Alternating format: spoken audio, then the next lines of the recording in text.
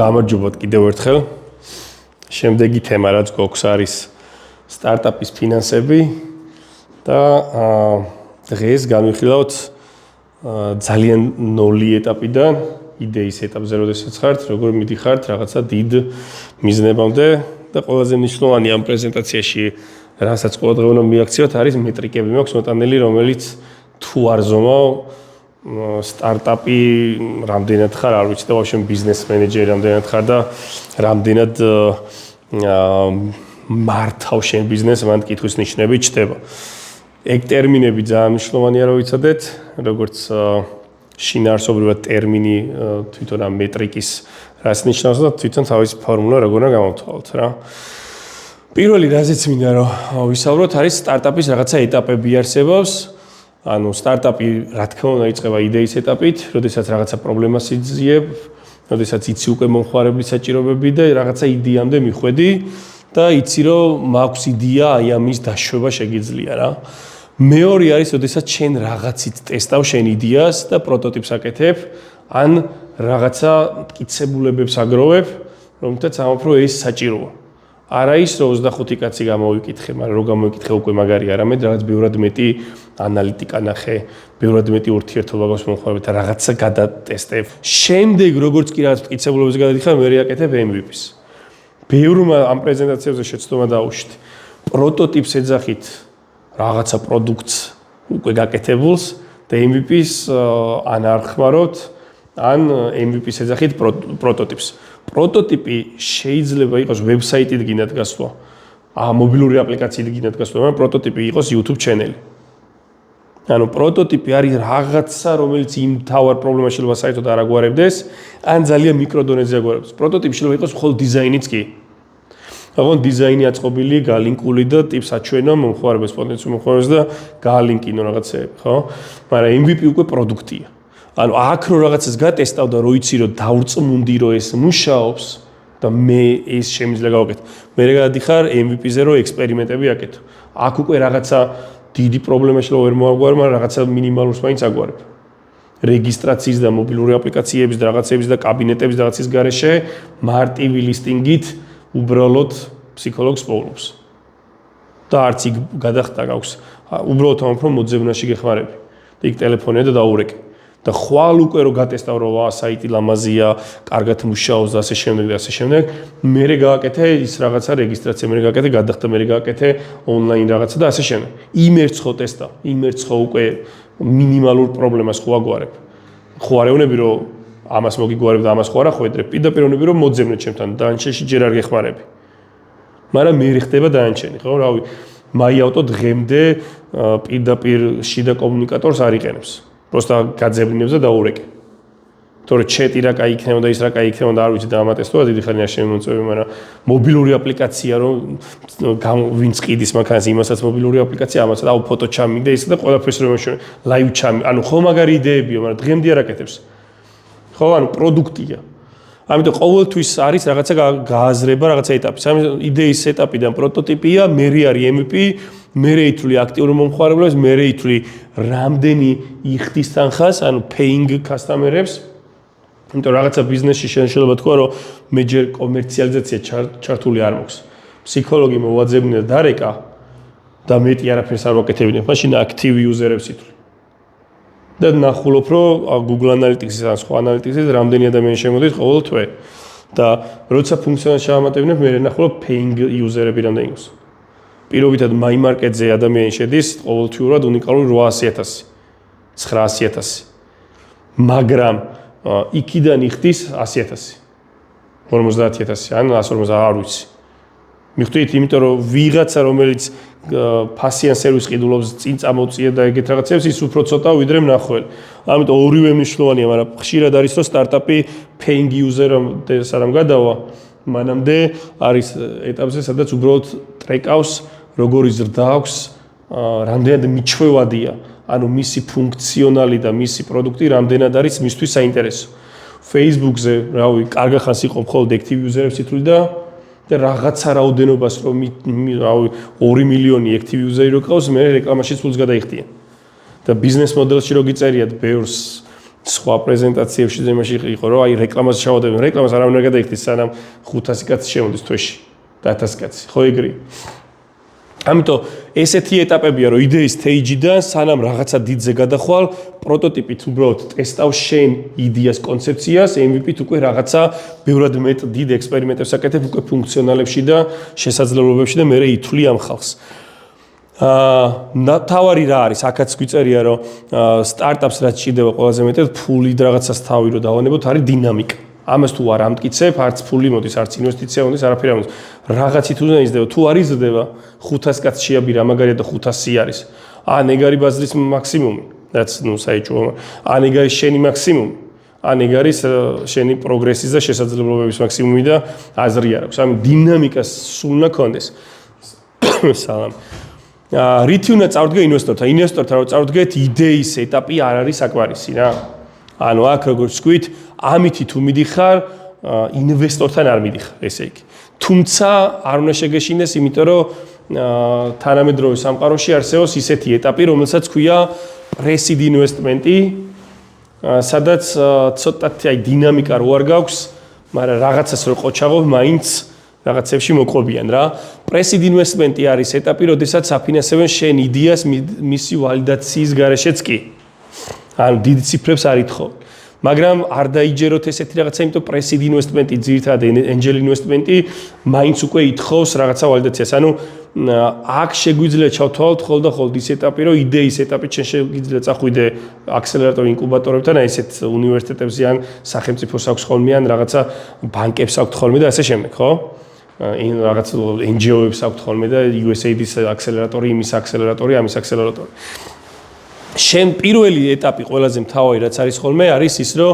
traditional friends and family round-ი არსებობს, როდესაც შენ იმ პროტოტიპის შესაქმნელად შენივე ფულს ხარჯავ. ანუ ბევრია ესეთი, აი თქვენ ძირითადად მაგას ამბობთ ხოლმე, რომ კი კაცო, ჩემ ძმაკაც მობილურ აპლიკაციას ავაწყობენ. ეგ არის ყველაზე დიდი ფანტასტიკა, რომ მობილური აპლიკაციას რო ამბობთ, უკვე უნდა იცოდეთ, რომ მინიმუმ $50,000 ღირებულების რაღაცას აწყობთ. იმას ჭირდება კაი დიზაინი, იმას ჭირდება iOS, Android-ის development, იმას ჭირდება full stack-ია კაცო უპრობლემო დააწყოს. ანუ ფანტასტიკა. იმას back-end-ი ჭირდება, იმას CMS-ი ჭირდება, იმას ანუ 1000 რაღაცა ჭირდება. მაგრამ იმის მაგაცი ყველაფერს აწყობს, არ ხდება ეგრე. მაგრამ ოკეი. ვიღაცამ გადადო 3 თვე და მობილური აპლიკაციები გაიკეთეთ. ეს არის ის, რასაც შენ friends and family-ს ეძახი. არსებობს in-kind დაფინანსება და kind დაფინანსება. ხო, in-kind არის, როდესაც პირდაპირ დაფინანსებით არ შემოდის ადამიანი და ამას რომ, ოკეი, მე გავაკეთე მობილურ აპლიკაციას. და 30, 50, 60% მე მომეცი. ხო, ნუ ამ ეტაპზე მნიშვნელოვანია, რომ შენ რაღაცა მინიმალურს იღებ და ხედვა გაქვს, რომ კაი პროტოტიპით ან რაღაც მინიმალური MVP-ით გადიხართ. შემდეგ თავარი რაც არის ის, რომ ამ ეტაპზე შენ უნდა რამეთი გატესტო ეს მექანიკა. რომ ზოგადად რამდენის ყიდი რაღაც პერიოდში საშუალოდ რა ღირს ერთი ერთეული, იმიტომ რომ შენ გაუშვებ 50 ლარიანს, 100 ლარიანსაც და ნახულობ ყიდულობენ თუ არა. ან მინიმუმ აკვირდები ყოფ აქცევას, რომ ეს მექანიკა სამ არ დაიჭირე, რომ შემოსავალი რა გაქვს, ხოლმე ამ პროდუქტი და ყიდი თუ კიდევ რამე დამატებითი გაქვს, საშუალოდ რა ეღირება, რა გიჯდება პირველი ვერსია, რამდენ ხანში ამიღებ, ანუ რაღაცა კითხვები ინვესტორს მუდმივად აქვს. მიდიხარ და ჯერ არ ვიცი, ეგრე ვერ იტყვი, ხო? ამიტომ რაღაცა ის კომერციული მექანიკა რო გააკეთო და შეისწავლო, ამიტომ რაღაცა თანხა გჭირდება და ამიტომ მობილური აპლიკაციით ვიწყებთ ხოლმე, ტყუილია, ჯობია რომ მარტივი ვებგვერდით დაიწყო, მარტივი ფუნქციონალებით რაღაცა გატესტო და ერთ პატარა შესაძლებლობაში გადაახტევინო AI-ის ვიზავ ალგორითმი, ანუ ეგეთი ფრაზები ყველა მივიცით. რეალურად ინვესტორს დინამიკაში ჭირდება და ჯობია რომ გააკეთო პატარა, თქვა რომ 500 კაცი მყავს, როგორც კი ეს დავამატე 1500 კაცზე ავედი, როგორც კი ეს დავამატე უკვე paying user-ები გამეჩნდა, როგორც კი ეს დავამატე და თქვენ რომ ამ თანხას მოვცეთ, მე AI-ს დავამატებ, იმას დავამატებ მობილურ სწორია. AI-ც და მობილური აპლიკაციით დავიწყებ და 10000 ლარი მომეცით, ტყუილია, არ არის სწორი. pre-seed investment-ის მიდგომა რაც არის ის, რომ ხშირ შემთხვევაში საწყის ეტაპზე გაფინანსებენ, ენდობიან გუნდს, ენდობიან მანამდე მათ გამოცდილებას, პროტოტიპით, მანამდე რა პრუფები, მტკიცებულებები დააგროვეს, რითი ძირითადად რაღაცა ბაბლი არის, წარმოიდგინე რომ ანუ შენი საუბრით, შენი აქამდე გამოცდილებით და ასე შემდეგ, უნდა დაამტკიცო რომ მე ამას მართლა გავაკეთებ. გამოცდილება არ გაქვს. პროტოტიპი არ გაქვს, ფოლოვერი არ ყავს, YouTube, Facebook, social, TikTok არაფერში არ ჩახარ და იმ სფეროში ეხლა უბრალოდ მოიფიქრე, არავინ ფულს არ განტობს. მაგიტომ friends and family-ს მიაწექი მაშინ. მაგრამ თუ friends and family-ც არ გინდა, შენც ჩემი ფული რატო დავხარჯო, მე ფული არ მაქვს, მე გამკეთებელი არ ვარ, პროტოტიპსაც კი ვერ გავაკეთებ და ასე შემდეგ, არც angel investor-ი ფულს არ გაძლევს. მაგრამ როგორც კი რაღაცას friends and family ძალიან მარტივად შეგიძლია პროტოტიპის გაკეთება. ყველაფრის პროტოტიპირება შეგიძლია, ბლოგის გაკეთება ყველა შეგიძლიათ. რომ იმ თემაში რაღაცა გამოჩნდა YouTube channel-ის გაკეთება ყველა შეგიძლიათ უფასო. ხო? მე გადადიხართ სიდზე. მე ხა სიდზე და ბავშვი დაფინანსებები როგორ მუშაობს რა? Friends and family-ში ზოგადად სტატისტიკურად რო იღოთ, სადაც 5-10,000, მაგრამ 5-10,000 ლარით გაკეთებული დიდი სტარტაპები არ არსებობს. ამიტომ სადღაც 10-დან ზევით 50,000 ლარამდე ხდება ხოლმე ესე მოძიება. ბიძას გამოვართ მე მაქვს დანაზოგი და მოდი ჩავდებ თანხას და ასე შემდეგ. სკილჯი რო გავაკეთე, ჩემი 25,000 ლარით დავიწყე და მე მეგობარს გამოვართვი და მე სხვას გამოვართვი. დავფეილდა, კაი. მე მიდიხარ 50-დან 150,000 ლარამდე seed angel investment-ზე და ქართულ რეალობაშიც 50, ეხა აქ ლარები და დოლარები არ მიწერია, იმიტომ რომ ქართულ რეალობაში უფრო ლარის ეკვივალენტია და 50 და 150,000 დოლარს ამერიკაში ძალიან მარტივად ჩავლობ, თავარი რაღაცა პროგრესი ქონდეს. ქართულ რეალობაშიც გონია რომ 50-დან 150,000 ლარამდე მარტივად იშოვნი უკვე არის ეს პოლიტიკური სიტუაცია უნდა დაალაგდე რაღაცა იქ სხვა თემა, მაგრამ მაინც ძალიან ბევრია რომელიც ესეთ კარგ გუნდებს ეძებენ. ოღონდ თქვენ რა ეტაპზეც ხართ, მაგ ეტაპზე ხოლმე და აქ უნდა იტრიალოთ, იმიტომ ჯერ რაღაცა უნდა შექმნით.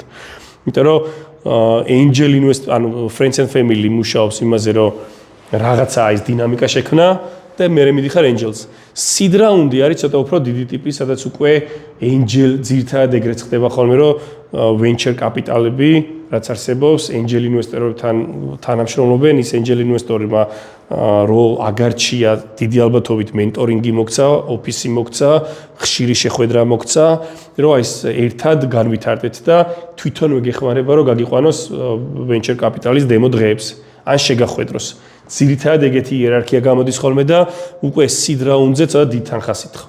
150,000 დოლარი და მეტი არის ყველაზე რეალური, ანუ მიღებული ფორმა. 100 და 150,000 ლარი ძალიან მარტივად იშოვება ქართულ რეალობაშიც, როდესაც უკვე ეს ორი რაუნდი გავლილი აქვს. ოღონდ თითეული ეტაპის შემდეგ არის პროგრესები. პროგრესის გარშე არაფერი არ ხდება და მერე მოდის სერიები. ანუ არ არსებობს თითქმის სტარტაპი, რომელიც პირველივე დაფინანსებაზე ეგრევე მოგებაზე გავიდა და თქვენ პრეზენტაციაშიც მაგიტო გეუბნებით, რომ ეგ წაშალეთ.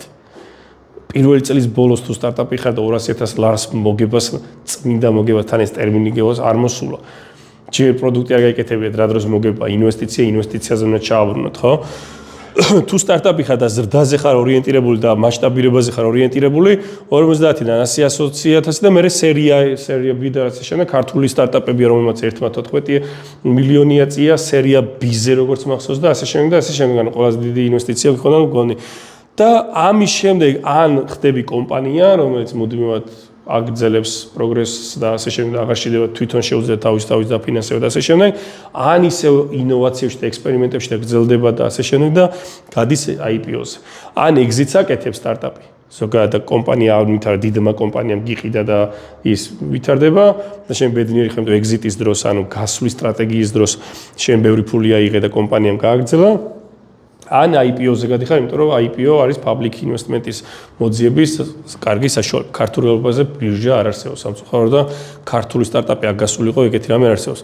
IPO-ზე არის ქართული კომპანიები და მე მგონი საქართველოს ბანკი, TVS-ის ბანკი და კიდევ ერთი იყო რაღაცა გასული. კაი, ანუ ვიზუალიზაცია დავინახოთ, ხართ იდეის ეტაპზე ძალიან ბალღი. Co-founders ნახულობთ, რომ რაღაცეები friends and family-ში მოტესტოთ და დაიწყოთ კეთება, ანუ friends-ის ლოგიკა, family 15,000 უწერიათ აქ, მერე seed round-ზე 200,000 და მერე უკვე კომპანია ხდები, სადაც რამოდენიმე სერიები და მერე IPO-ზე უკვე დიდი კომპანია ხარ, სადაც დიდ თანხებს ეთამაშებ. Bootstrapping-ი კაი ტერმინია, რომელიც ნიშნავს საკუთარი დაფინანსებით რო ვაკეთებ.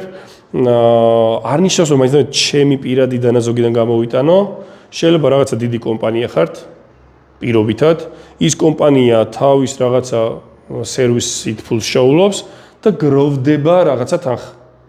და იქ ფაუნდერები დასწრდნენ თქოს რომ ბიჭო რავი დაგვიგროვ და 1-200,000 ლარი გვაქვს და რამე ხო არ დავიწყოთ.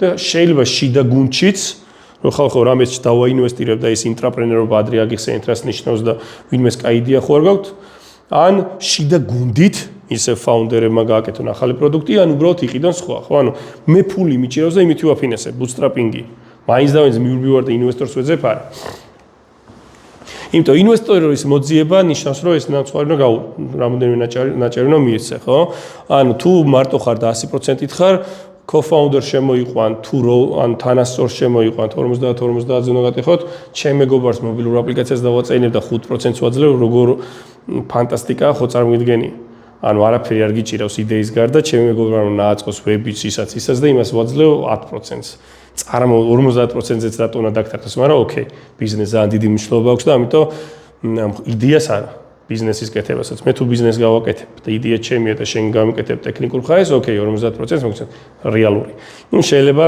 51 60 40 1000 ამბავია მაგრამ რავი თუ ეგეთი თანასწორია და მაგარი რამე უნდა ჩადოს 50 და მე თითეული შემოყვანით ეხა friends and family რო შემომყავს 5%-ს აძლევ 10%-ს აძლევ ვიტოვებ რაღაცას რომელსაც გაყიდ და ესე ჩამოდის და მე ფილმებშიც რო არის ხოლმე ჩემ დაფუძნებულ კომპანიი და როგორ გამაგდეს და რაღაცები ხო ნუ Apple-დან გაუშვეს Steve Jobs-ი ხო ანუ აი ესე ხდება ზუსტად ინვესტორი და ბოლოს აგერ VC-ს venture capital დიდ ორგანიზაციას 30%-ია და შენ 17 და ამან და შენმა მეორე ფაუნდერმა რო შეკრან პირი შენ გიშვებენ დირექტორობიდან ანუ ამას კი არ წაგართმევენ მაგრამ დირექტორი აღარ ხარ IPO იმიტომ ურჩევნეთ ხოლმე დიდ კომპანიებს რომ IPO public investment-ი შემოზიდვა და ისინი გადაწყვეტილებას დიდად ვერ იღებენ ახლა მე სადღაც აქედან რომ ზელანდიურ კომპანიაში მოქვს ناقიდი რაღაცა 20 აქცია იმითი იქ დირექტორს ვერ შევცვლი და ვერავინ ვერ დამირეკავს რომ ეს დირექტორის ხმას ამას მიეცირა და არა იმას ხო ეს არის სტანდარტული ეტაპები სტარტაპის და სტარტაპებს მაგით არის ხოლმე ხშირად რომ პირველ ეტაპზე 7 კაცმა დავიწყოთ და 20% რაღაცა შენ 17 მე 5 ეგეთი რაღაცები არ არის ხოლმე სწორი იმიტომ რომ ინვესტორები რო შემოდიან მე აქეთ ხედავენ რა ხდება რა 2 კაცი 3 კაცი დაფუძნებული სწორია და მე ადამიანები შემოდიან general managers და tech tips და ასე შემდეგ კრიტიკულ გუნდს უნდა გქონდეს ხოლმე დიდი წილი ყოველთვის როცა ინვესტორი შემოდის რეალურად იდეის ეტაპზე ვისაუბრეთ, co-founders ეტაპზე ვისაუბრეთ, ესენი არ გვჭირდება, ხო, როგორ ნაწილდება თანხა, მაგაზეც რო ვისაუბროთ რა. ზოგადად დიდ კომპანიებში და საერთაშორისო კომპანიებში უნდა დაამტკიცო, რომ შენ უკვე რაღაც მილიონის valuation-ი გაქვს. და ამას ამტკიცებ ტრაფიკით, ზრდის ტემპით, რაღაცით და ამოფრო აი ეს რო იზრდება და როგორც კი კომერციალიზაციას ჩავრთვა, უეჭველი ეს ეღირება და ასე შემდეგ, ხო? და მაგალითად ამოფრო მილიონი ვღირო ვარ. და $200,000 მომეცი. და $200,000 მომეცი 10% სანაცვლოდ. რამდენ მე მაქვს 100%. იმას რამდენი მომეცი. იცით? ანუ თუ შენ ეუბნები რომ 200,000 მომეცი და კომპანიაში ჩადე, ესე იგი კომპანია მილიონი ხო აღარ ღირს. ღირს 1,200,000. მაშინ 1,200,000-დან 200,000 ითვლება. და თუ შენ ეუბნები რომ 200,000 cash-out გამაკეთებინე და მე ჩემ წილს დაგითმობ, მაშინ ისევ მილიონი ღირს. და ამიტომ მისცემ ჩვეულებრივ 20%-ს. ინვესტორების უმრავლესობა cash-out-ზე არ მოყვებიან. angel ინვესტორი მით უმეტეს. იმიტომ რომ შენ რო შექმენი ჯერ კომპანიას ხოლმე მტკიცებულებები აქვს და ვარაუდებები აქვს და არაფერი ბრუნვა და ფინანსები შესაბამისად იმის წილის ყიდვა არავის არ უნდა. უბრალოდ უნდა რომ დაინვესტიროს და კომპანია გამიტარდეს. ამიტომ ძირითად angel investment-ზე არ უნდა ქონდეს იმის მოლოდინი, რომ შენ ვიღაცას $100,000 ეტყვი, მომეცი და იქიდან $50,000 სახში წავიღებ. იმ $100,000-ზე უფრო მეტი ვალდებულება მოყვება და უფრო იშარები. წილსაც თმობ, მაგრამ ის $100,000 გჭირდება გადასარჩენად. და მე კიდე 200,000-ზე რომ მიადგები ვიღაცას, იგივე ვალდებულება მოყვება და ასე შემდეგ. სანამ სერიოზული ფინანსური ბრუნვები არ არის ხოლმე, მანამდე და კომპანია სტარტაპი ჩამოყალიბებული არ არის ხოლმე, მანამდე co-founder-მა თავისი წილი გაყიდო ძალიან იშვიათია ხო. ძალიან იშვიათია ხო. არსებობენ ისეთი co-founder-ები, რომლებიც რაღაცა დროს მნიშვნელოვან საქმეს აკეთებდნენ და მე გაპასიურდნენ. აღარ არის მათი ადგილი და მაგ დროს ინვესტორთა შეგიძლია მოილაპარაკო, რომ რავი 10%-იანი ტიპია. და მოდი რა ეგ 10% და დანარჩენი 10% ჩვენ ჩავიწევით და 20%-ს მიიღებ, მაგრამ ის გამოვისყიდოთ. და რაღაც ეტაპზე ინვესტორები გთახდებიან ხოლმე, მაგრამ იშვიათია რომ ინვესტორი პირველი რაუნდებზე ვიღაცას აკეშებდნენ რა. ქეში რო გინდათ, ის მესამე წელს უნდა იშოვოთ, მეორე წელს, მეოთხე წელს უნდა იშოვოთ. venture capital-ები არიან უფრო სერიოზული ტიპები, კითხვა ხო არ ქონთ? ხო. angel investment-თან დაკავშირებით, ანუ angel investor-ი შემოდის smart valuation-ის შემთხვევაში, Accel-ის მაგალითი რომ ამბობ. ძირითადად valuation-ი უნდა მტკიცდებოდეს, ისე ძალიან იშვიათია რომ ვინმე angel დაინტერესდეს ფულის ჩადებით რა. იმიტომ რომ მანამდე შენ დინამიკა შეგიძლია რომ ან bootstrapping-ით, ანუ შენივე რესურსებით რაღაცით, ან გრანტები მოიძიო რა და გრანტებით რაღაცა შექმნა. ხა angel-ის მაგალითი, ისა ქვია, Accel angel investment-ის მაგალითზეც უმრავლესობა რაც გადის, უკვე რაღაცა პროდუქტს ტესტავს, უკვე რაღაცა ტრაფიკი აქვს, უკვე რაღაცა ციფრი აქვს, იმიტომ რომ რეალურად ეს ქართული ხასიათი არ არის. ენჯელებიც არიან ტიპები, რომლებიც გუნდს ენდობიან და იდეას ენდობიან, ფინანსურ ბრუნვას არ გთხოვენ, რომ უკვე მომგებიანი და რაღაცა ქონეს, მაგრამ ტრაფიკი ზრდა დინამიკა უნდა ქონეს. თანხა უნდა ჩანდეს რა. თანხაზე კაკას მაგას ვამბობ, რომ მე და შენ შეიძლება რაღაცა ძალიან მარტივი WordPress საიტით დავიწყოთ რაღაცის კეთება, უკვე 100,000 კაცი გვყავდეს. აქტიური მომხმარებელი 5 კაცმა 10 კაცმა დაიწყოს უკვე paying-ი, даже paying user-ებიც არ გვყავდეს, მაგრამ ეს 100,000 ისევ დინამიკას შევქმენით, რომ მე და შენ გავდივარ და ვამბობთ, რომ ბიჭო, რაღაცა მაგარი გვიჭირავს. ეს 100,000 კაცი რომ გავზარდეთ აი ამ სერვისებით, ეხლა მჭირდება რომ ეს დავამატო და ამისთვის 200,000 ლარი მჭირდება თქვენგან და როგორც კი ამას დავამატებ, ეს კომპანია ეს 100,000 კაცი გარდაიქმნება, პირობითად 100,000-დან 20,000 კაცს ორ თვეშივე ვაქცევთ paying user-ად. ამას თუ ამტკიცებ, შენ valuation შეგიძლია დაიწყო რომ მაგვარაუდით. და უკვე უნები რომ ხო პერსპექტივა შეგიძლია ფინანსებში, მაგრამ არაფერი დინამიკა არ კონდეს, ძალიან რთული. იყვნენ Accel-ში ვიყავი მეც და იყვნენ რაღაცა ერთ-ორ პრეზენტაციაში ადამიანები, რომლებიც ძალიან დამწყებები იყვნენ და არაფერი ჯერ პროდუქტიცა და ასე შემდეგ არ ეჭერა და ენჯელები მაგისტვის არის რაღაც უფრო მეტ რისკზე მიდიოდნენ, მაგრამ თითქმის არ ხდება რა ეგრე რა. მაშინ ძალიან მაგარი გამოცდილება უნდა ქონდეს რაღაცაში, რომ აი შენთან ერთად საქმის კეთება მინდოდეს. და თუ ეგეთი დიდი აი რავი ჩამოვედი ბრიტანეთიდან და იქ რაღაც მაგარი კომერსის მაგარ რაღაცაში ვიყავი და იქ დაგროვილი ლოგისტიკის გამოსვლით აქ მაშინ მაგას უნდა ინდობოდნენ, თორე სხვა მხრივ როგორ მიმტკიცებ, რომ არც ციფრი გაქვს, არც და გაქვს, არც არაფერი, რთულია რა. venture capital-ი ცოტა უფრო მნიშვნელოვანი ტიპია, რომელიც პატარა იმებით არ აქცენტირებს. ხშირ შემთხვევაში venture capital კომპანიებს აქვთ ხოლმე ეგეთი ის, რომ როგორ ამტკიცებ, რომ ღირს შენთან ჩადება და ამაში ითხოვენ არა მხოლოდ ციფრებს რაღაცებს, ერთი angel-ი მაინც თუ ყოლია.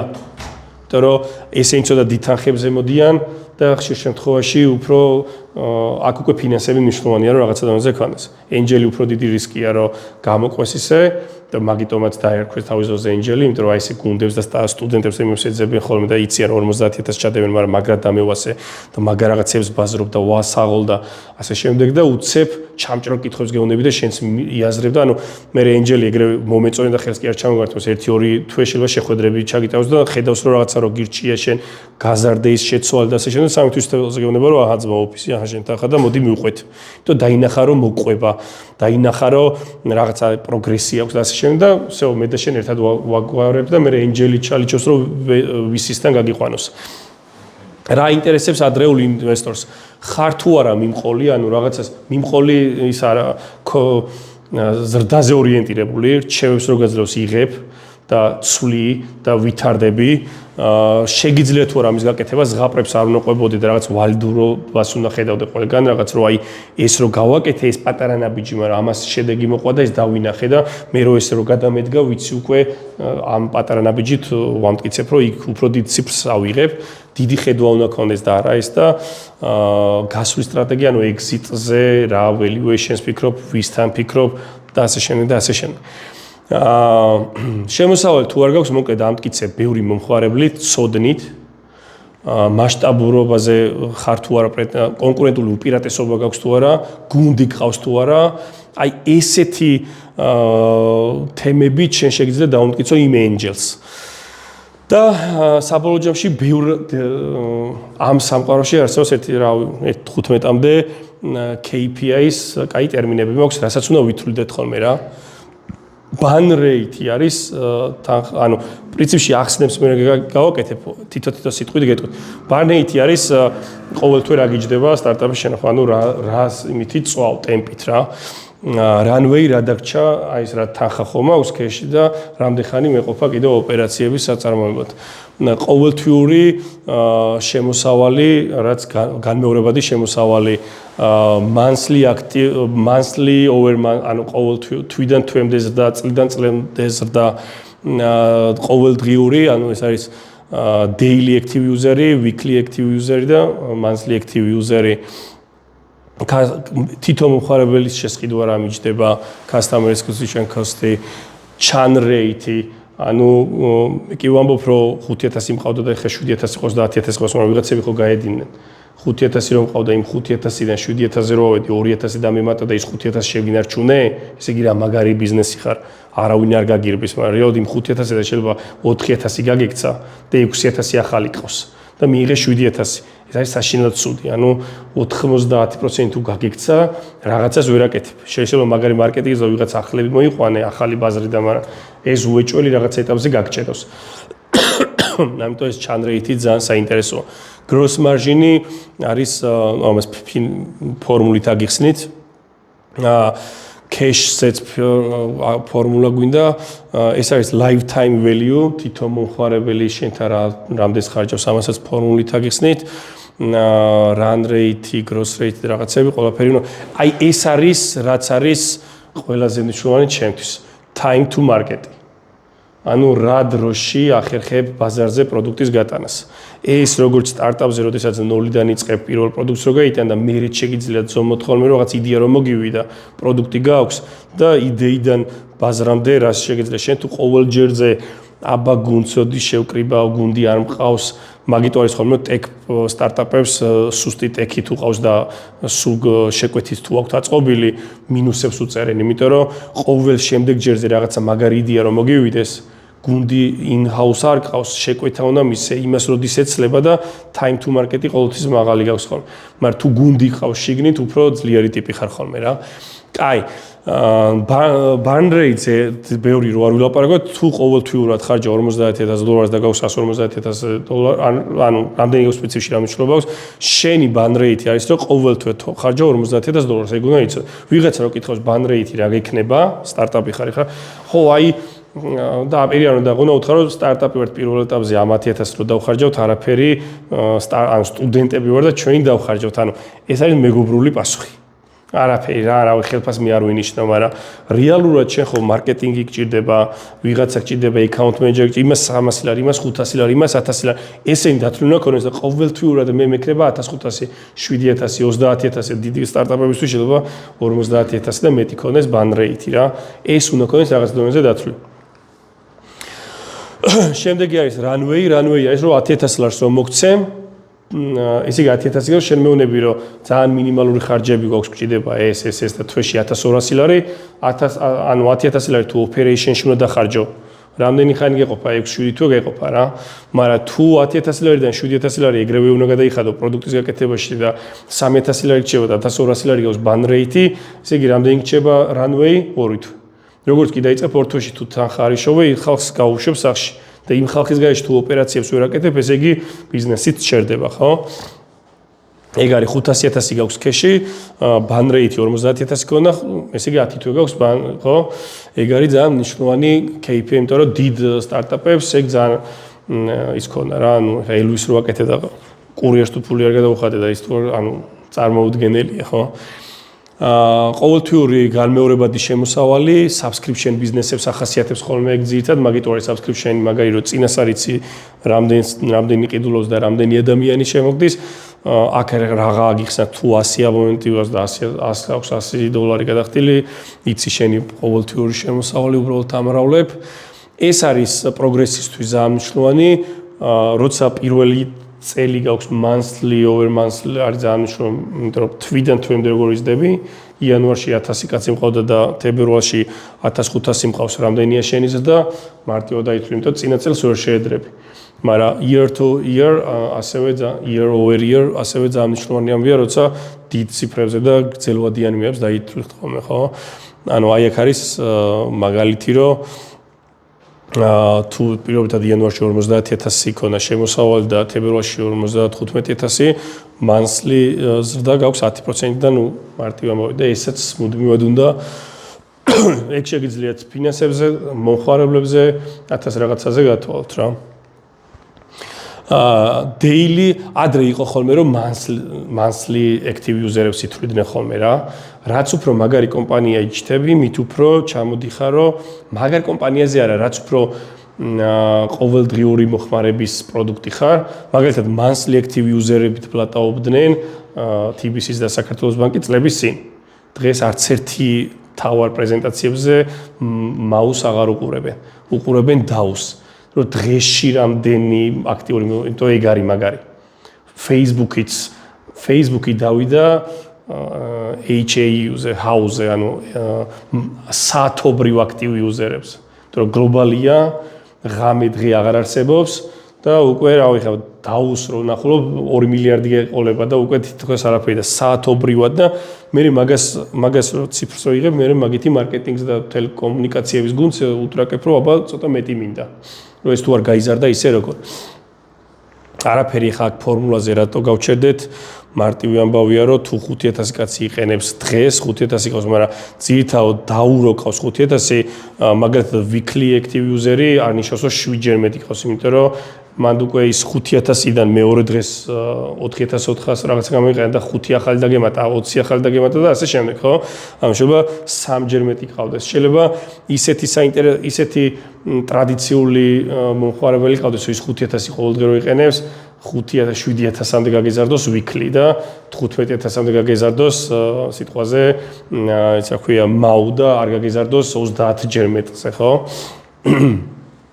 კაი. სესია არა, active users. ანუ ადამიანი რო შემოვიდა და აპლიკაცია გახსნა, იცი რომ ეს უნიკალური იუზერი ერთხელ შემოვიდა დღეს. ანუ დღევანდელ დღეში +1 მოქვს. და პრინციპში იანვარშიც +1 მოქვს და ამ კვირისასაც +1 მოქვს. მაგრამ თებერვალში თუ აღარ შემოვიდა, თებერვლის მაუსში, ანუ monthly active user-ში აღარ ჩამეთვლება.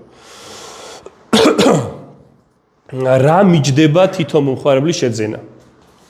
ამის ვარაუდი შეგიძლიათ სანამ პროდუქტი გექნებათ საერთაშორისო რაღაც ანალიტიკებით, იმიტომ რომ ყველა ინდუსტრიას აქვს თავისი რაღაცა ანალიტიკა, რომ მაგალითად e-commerce დაახლოებით ეს რაღაცა ამ სფეროში ის და ასე შემდეგ რა.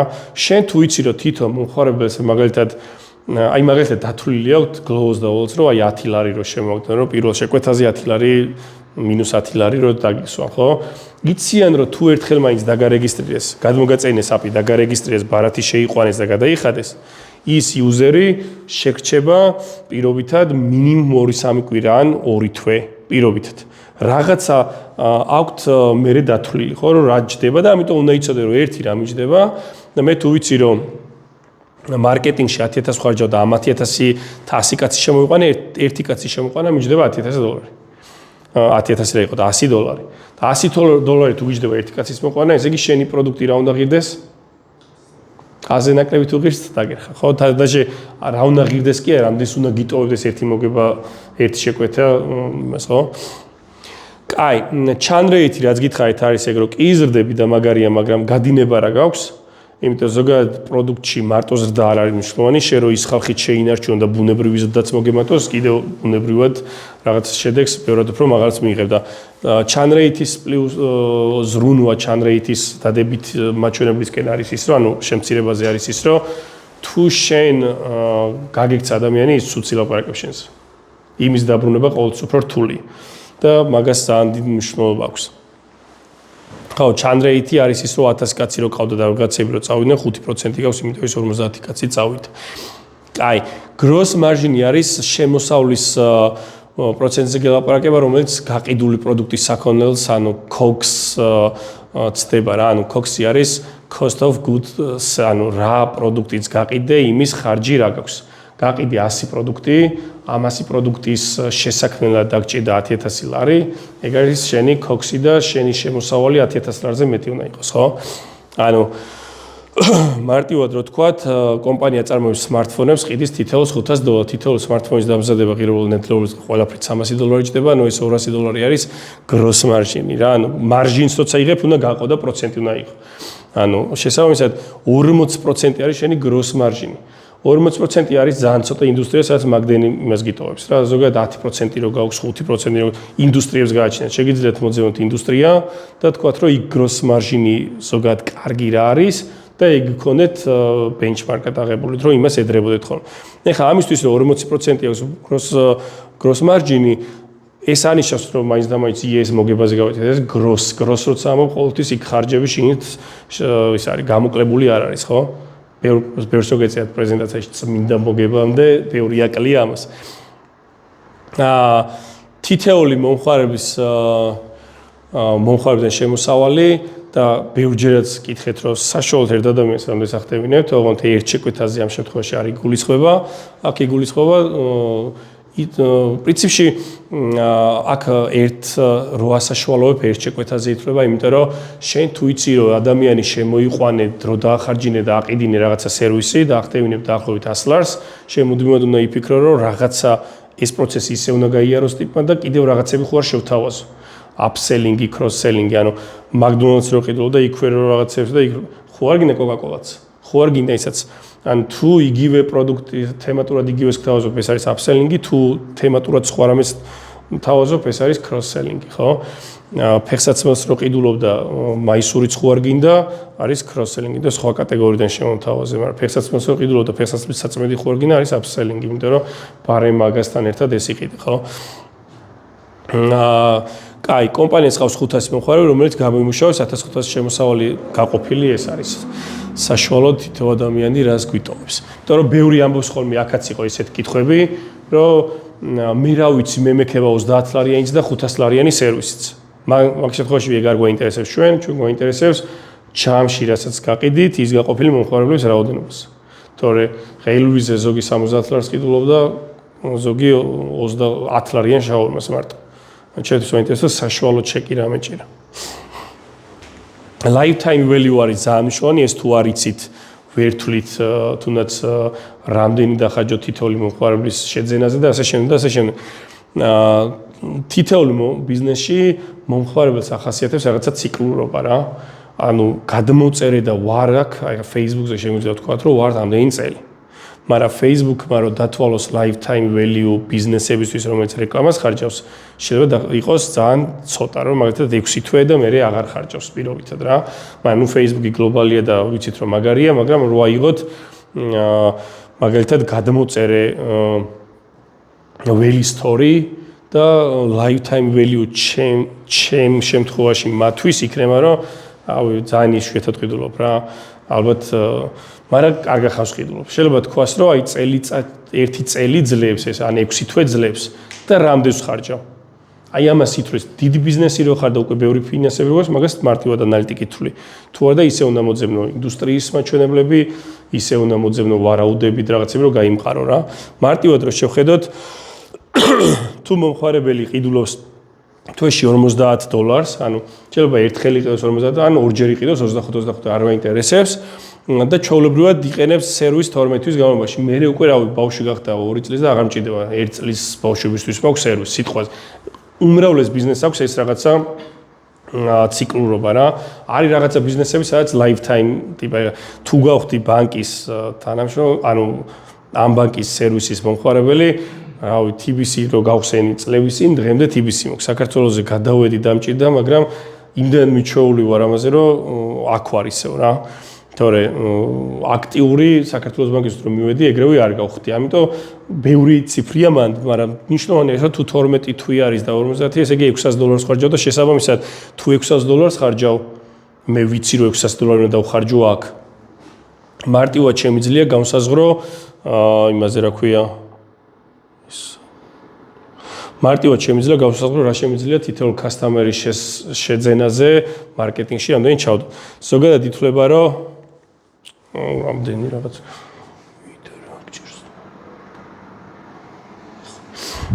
ზოგადად ითვლება რომ ნახე ახლა